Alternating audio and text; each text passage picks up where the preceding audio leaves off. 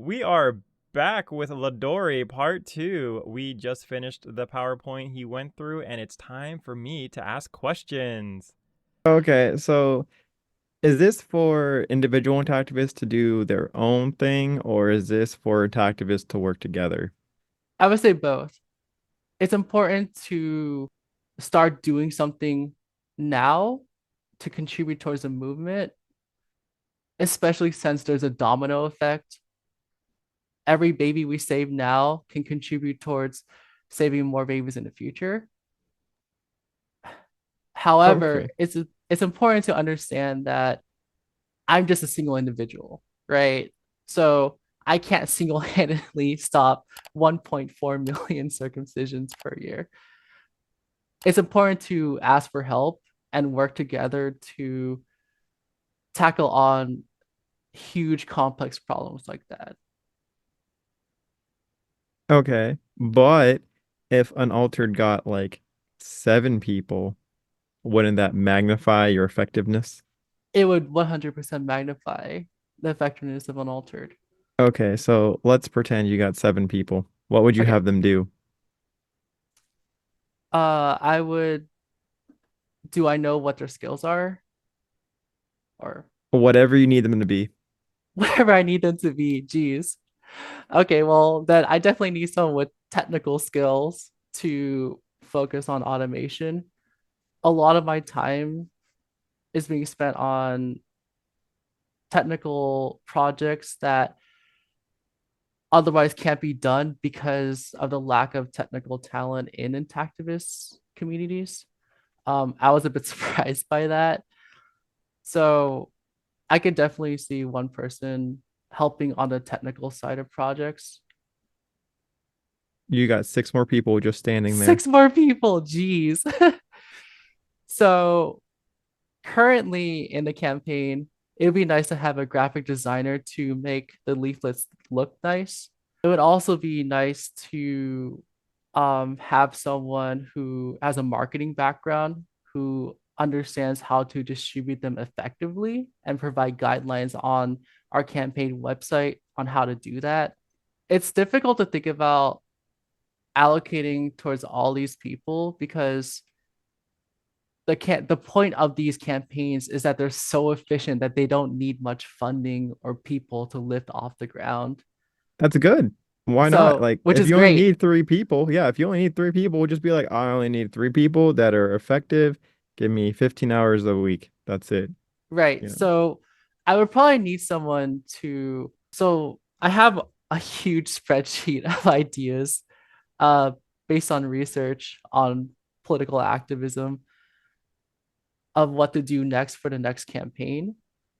And depending on the skill set of like the remaining 3 to 4 people, it would be nice to tackle on like start another campaign immediately, especially since it's important to do all these mini pilot campaigns to see how effective they actually are. So I'm open to the possibility that the leaflets don't actually work. Like for some reason, it's easier to persuade people to be vegans than to not cut their babies, right?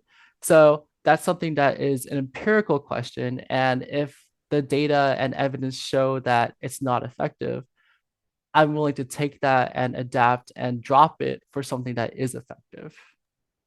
Okay, how much of your time before starting Unaltered have you studied other intactivist groups? I didn't study intactivist groups in general. I just know more about the issues, the data and statistics on the level of impact. Okay, so are you in communication with any intactivist groups, like any nonprofit intactivist groups, so you can know what they're trying to do and you can receive feedback from them? Because wouldn't that be effective? So you're not wasting time. You're like, oh, wow, X organization, they tried to make a bunch of videos and animations, and that worked okay. But the other one tried to go out protesting and be very provocative and that's not working very well, or XYZ, right?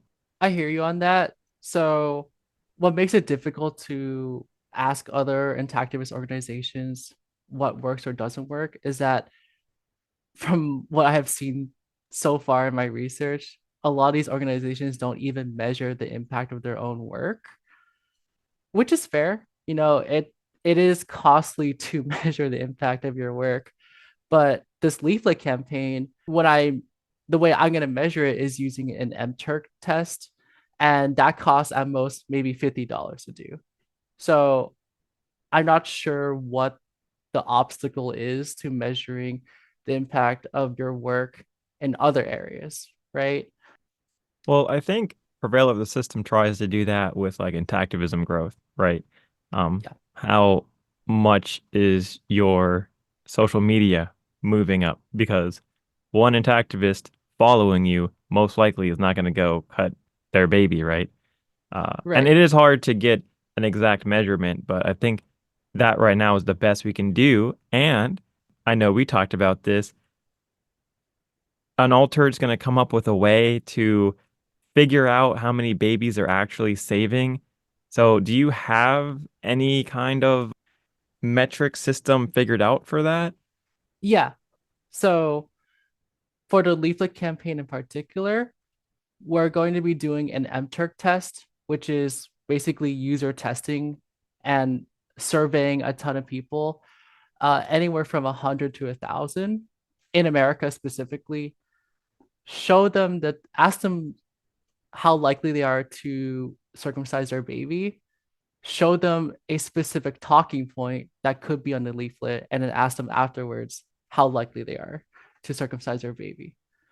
And we can take that data and see which talking points are actually effective and maybe which talking points are harmful and maybe cause people to be more likely to circumcise their baby. So that's one way we could measure impact is to have like a sort of a lab test. As far as like on the field tests, there's publicly available data in America on like how much Medicare or Medicaid covers circumcisions. And we can look at that data and I don't want to make it too mathematical, but you can do things like regression discontinuity designs and other statistical methods to measure what's causation versus correlation. Okay, so I'm sure some of the viewers are thinking this. Since this is an emotional topic, it deserves an emotional response. So, what do you say to those that think like that? Emotions are interesting in that they can make people do great things because it gives them passion to do it. But at the same time, passion is not strategy, right? So whether or not I feel like babies should be circumcised is a matter of like my personal emotions and morals. But the question of will leaflets convince parents to not circumcise their babies? That's an empirical question, right? What percentage of parents are going to look at these leaflets and say, wow, I didn't know that. I'm not going to circumcise my baby now. That's an empirical, measurable question. So I will say it's important to feel your emotions, to feel the passion for your movement, but use that passion towards effective strategies that are backed by evidence that are shown to be cost effective and not some grand multi-thousand-dollar project. Okay, so what is the breaking point of Unaltered? The breaking point, as in like at what point do we Like, stop? yeah, at what point? Because a lot of groups they start, right?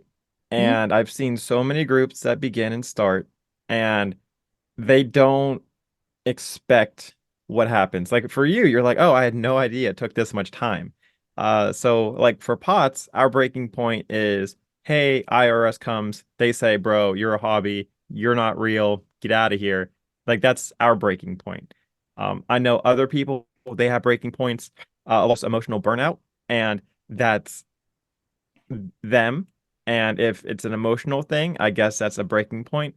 So what is like the breaking point of Unaltered? Oh, NOI even has a breaking point where if he said if I don't get volunteers, if I don't get X amount of volunteers, I'm gonna quit. So that's kind of his breaking point is like a volunteer breaking point. Um, I don't think he stuck with that though, but he said it. I see. Man, it's hard to think of a breaking point because every social movement can make a change. It just depends on how you go about it. And having a defeatist mindset of like, well, this isn't going to change. This is not going to work. So why should I even put the effort into it? That's actually what kills movements. When people believe that it's possible to make change, that causes movements to grow and to continue until they succeed. So So come hell or high water, you're like, I don't care if I lose all my volunteers. I don't care if I have no money. I don't care. I'm gonna keep doing this. Like, I won't be broken by people being mean to me, slandering me. I definitely know in the Discord, people have made fun of you quite a bit already. And you definitely just took that on the chin and kept going. Is that how you are? Because I know some people are like that. And they're just like, I don't care what you throw at me. I'm gonna keep doing this. Or do you have a boundary that you're just like, I'm not going to pass this line? And if you don't, you don't. I mean, that's super cool.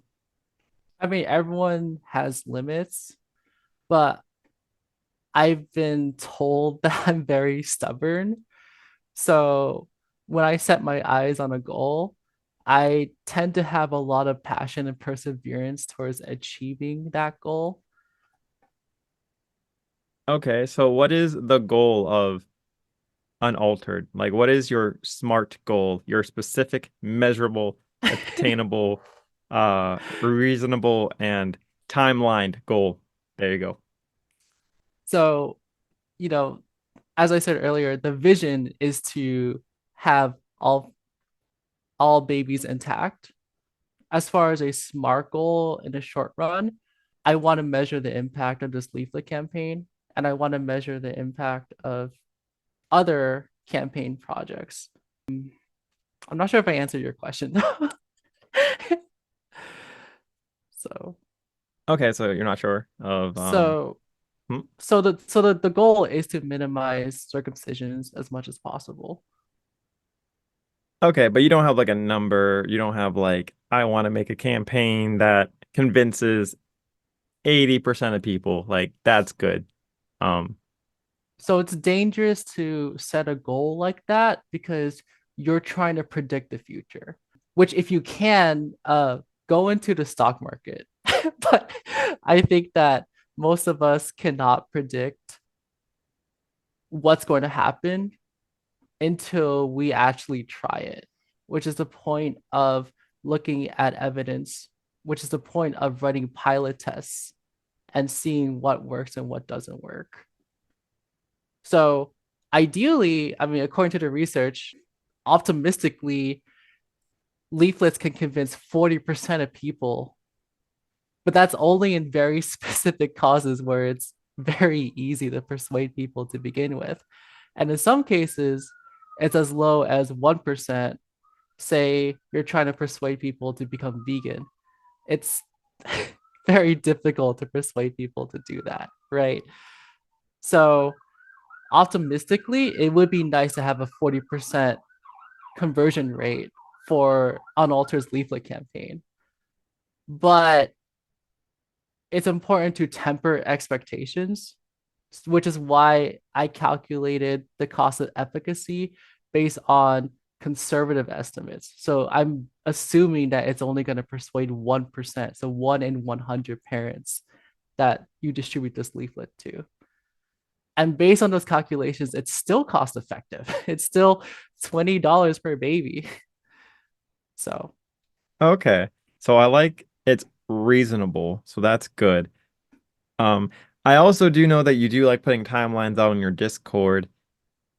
So what is the timeline of getting these leaflets out and measured? so I actually got rid of timelines on my Discord because it's very difficult to measure when things will be completed. Humans are very bad at measuring and predicting the future. So until I have already completed some campaigns, I don't have any data on how fast future campaigns can be completed. However, I've done a lot with just 10 hours a week.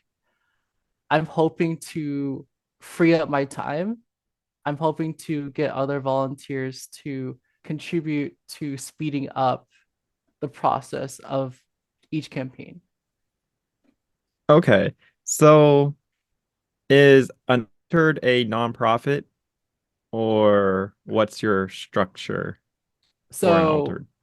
currently, there's no structure because this is a month old, approximately. I am looking into what structure makes the most sense. It's not a high priority right now because the gains from choosing the correct structure seems to be marginal compared to just going out there and doing something, which in this case is we already have a website out there for the campaign. We just need to upload the leaflets to there. Interesting. So when you say it's marginal, because I know a lot of people say, oh, well, if you're a nonprofit or if you're for profit, it adds legitimacy to your cause because you're essentially telling people, I'm going to stick around. Because we've seen a lot of groups that have come and gone within like 3 months. And I mean, I've been into activism for 10 years and I can count like I would need 5 hands to count how many times an activist group started a group and then and then disappeared. And typically when they do become nonprofit, they do stick around a little longer than some random group that was made. I don't know if there's any credence to the idea that being a nonprofit or for profit makes your organization last longer as far as the marginal gains. So obviously, if someone came up to me and said, "Hey, I'm going to donate $1 million, but I want a tax write-off," then you bet I have found, my board members. I'm gonna like post in the Discord like, "Hey, we need board members. We need to like found our nonprofit like now." Other than outside of that, it's compared to just like asking for donations and showing proof of concept with these campaigns, it's not as effective to use up our time to think about which structure to use. Okay. So another question. Since Unaltered is now a part of the Alliance, congratulations on getting in. Why did Thank you you. join the Alliance? So as I mentioned before, it's important to seek help. There's strength in numbers. So I've seen members of the Alliance actually have a track record of making an impact. So you have NLI is who has done a mass media campaign to get reporters to actually report on different intactivist protests. You have CLR stopping clinics from doing circumcisions or at least falsely advertising circumcisions. I don't think he's not a part of the Alliance technically. Oh, he's not. Oh, sorry. No. Yeah, he's just a person that does his own thing. He doesn't belong to a group because that would hinder him. I see. He just Okay. follows pots, yeah. No, I see. Yeah, I mean, so it's important to be part of the alliance because you all have intimate knowledge of what you have tried, and there's a track record of like you guys doing things and actually have things to show for it. So that's part of why I joined the alliance, as well as to establish legitimacy. Like you said earlier, a lot of groups just show up and disappear. I'm hoping that, all the effort I put into this, from making a website to joining the alliance, I hope that that shows at least that I am very determined to address intactivism. Okay. So there was no other reason, like there was no personal like issues you've had with other groups or anything like that, not seeking protection from gatekeepers. That sounds like a very loaded question, but if I understand you correctly, um, I don't know if gatekeeping is that harmful for what Unaltered is doing, because let's say someone discourages people from downloading the leaflets from the website and distributing it. Fair, but that doesn't stop literally anyone else in the entire world from downloading it and distributing it to their area. True, but it So would make it harder for people to trust you though if you have bigger organizations being like, "Oh, unaltered, what are they doing? Like, what is this? This is a cute little elementary school project. Like, man, don't trust that. No, no, no. Don't trust Unaltered. No. Mm-mm. Unaltered worked with the other crazy people in this little alliance group or whatever. They hate intactivism or whatever, right? Wouldn't that get people to be like, "Oh, we can't trust you now?" Like, maybe would that not make it harder for you to do your job as Unaltered? I would say yes and no. So yes, like having less people to support the group is a disadvantage. But like I showed in my slideshow, relying on anecdotes is not really a great way to evaluate which intactivist organizations are the most effective. And I'm hopeful that intactivists who care about the evidence, who care about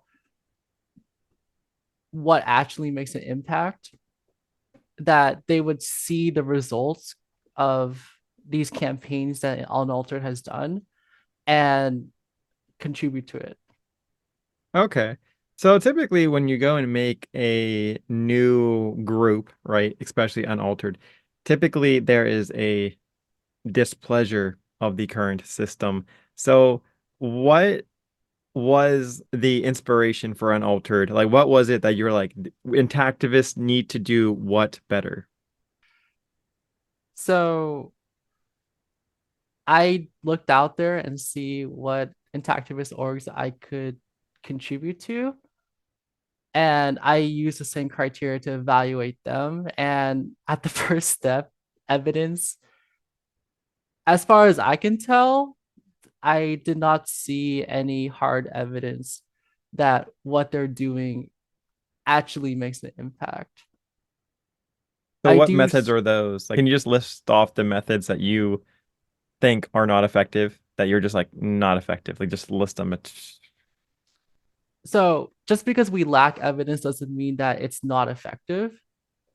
It's just that we don't know, let's say, how many parents are going to be persuaded by a book versus a film versus a specific style of protesting. Okay, So, yeah. so is your issue within there's no data behind it? Yeah. So there's Why no, didn't you just go ahead and then find the data evidence behind it versus starting unaltered? Because wouldn't it be better, or even start unaltered and then dig into how effective protesting is, book writing, filmmaking, even doing like just parental gentle education, like go into that. Like, why did you start a whole group to then instead of starting your group and focusing on the major like nonprofits and companies doing auxiliary work like NLI or POTS does. I'm not sure I understand your question. Okay, so it seems to me that you went to a bunch of intactivist organizations and you're like, bro, where is the evidence? Where's the data, man? Like, I don't want to spend my money on something that I don't know works. Why didn't you just go ahead and have Unaltered the group just work with these other intactivist groups and find ways to compile data and evidence and see what actually works versus almost reinventing the wheel by doing Unaltered and then going through them one by one when you already have big nonprofits with hundreds of thousands of dollars going through and doing a bunch of different tactics. So that actually is on my huge list of different strategies to do to help with intactivism.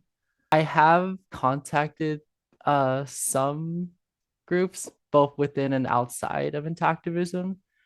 Some have responded, most haven't. And I'm looking to get a feel Well, for, yeah, go ahead. Sorry. okay. Well, it seems to me that you don't even need the intactivist groups. Like, who cares? Like, all what you need is to be like, hey, pro circs, I need all you guys and I need the normies, right? I need you to go ahead and look at the bloodstained men. Look at them. Look at these 10 pictures of them protesting. Are you gonna circumcise now? Oh, you still are? Okay, doesn't work.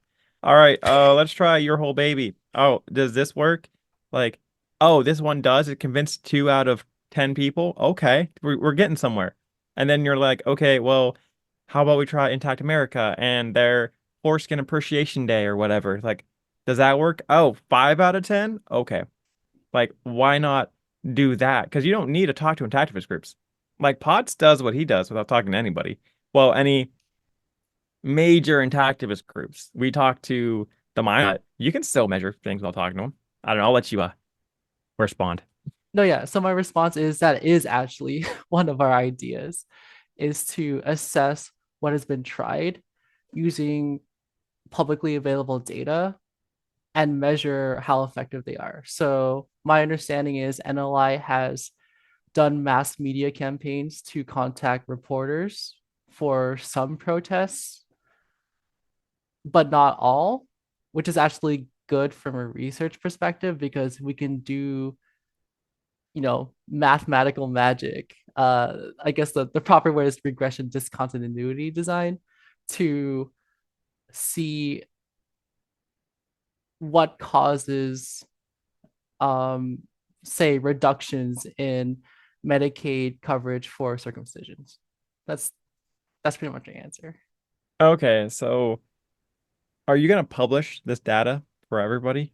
Are are you going to use names? Are you going to be specific? Are you going to like start outing groups?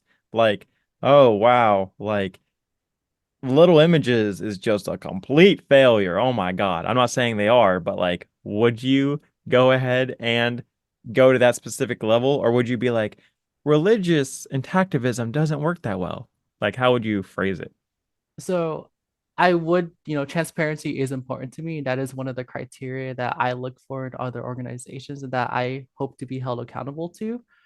So obviously, I'll be transparent with the data. As far as the level of detail, I care about actionable information. So I would release data on whether specific strategies work and to what extent they work. I don't know about outing specific groups because I'm not sure how that would be relevant to reducing So, number of circumcisions. okay, so typically when you do research like this, you're dealing with statistics. And Yeah, I'm not a fan of statistics, but we have to work with what we got, right? yeah. And to get statistics, you have to use data from what you got it from. So if your thing is how effective is it to target religions? Because a lot of activists say don't even touch it. Don't touch religion. Don't do it. It's a landmine waiting to be like blow up in your face. So it's a big difference between you being like, oh, well, I studied little images and that worked versus, oh, I studied Brahim and that didn't work.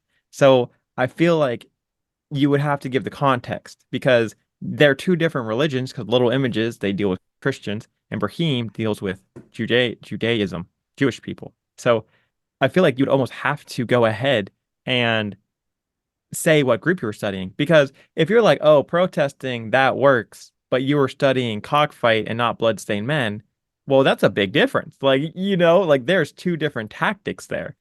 So it's almost, I feel like you almost have to. That's why POTS, we tell people these are the groups because one, you're allowed to speak bad about companies. Everyone does it. Like, oh gosh, Target, super expensive. I don't shop there. Target's not going to get upset with me if I said that, right? Like, they don't care. Like, why would your whole baby be upset with me if I said something bad about them? Blows my mind. But that's why I think that would be beneficial. But what's your official stance now that I explained that? So there are merits to evaluating how effective individual organizations are. I would say I would consider that if I had influence over intactivists that volunteer, that listen to what I say as far as who to volunteer for or who to donate to. But I currently don't have that level of influence. So I'm concerned more with what strategies work. You mentioned context. Obviously, context is important, right? So there's different protest strategies, right? There's violence, there's more negative confrontational protesting, there's more humorous protesting. Um, which ones work the best? I can still report on that without calling out any particular group. Now, someone who's intimate with intactivist uh, drama might be able to read between the lines and say, oh, this sounds oddly specific, like that one group. Yeah, I mean, that's fair. But my focus is this strategy doesn't work, so don't do it. Or this strategy works really well, so more people should do it. Okay. So you talked about influence and stuff like that. Doesn't Unaltered hope to get big enough to have a big influence? Because that's what Potts wants. So why wouldn't you? Because what's the point of having data if you're not influential? Because if no one listens to it, why have the data? Right. So I think the data actually creates influence because people who actually care about making impact, who are burned out and just frustrated and angry, like, oh, the circumcision rate is still 70%, right? Are going to heed to evidence and data to make their decisions because they're just tired of things being done and not working.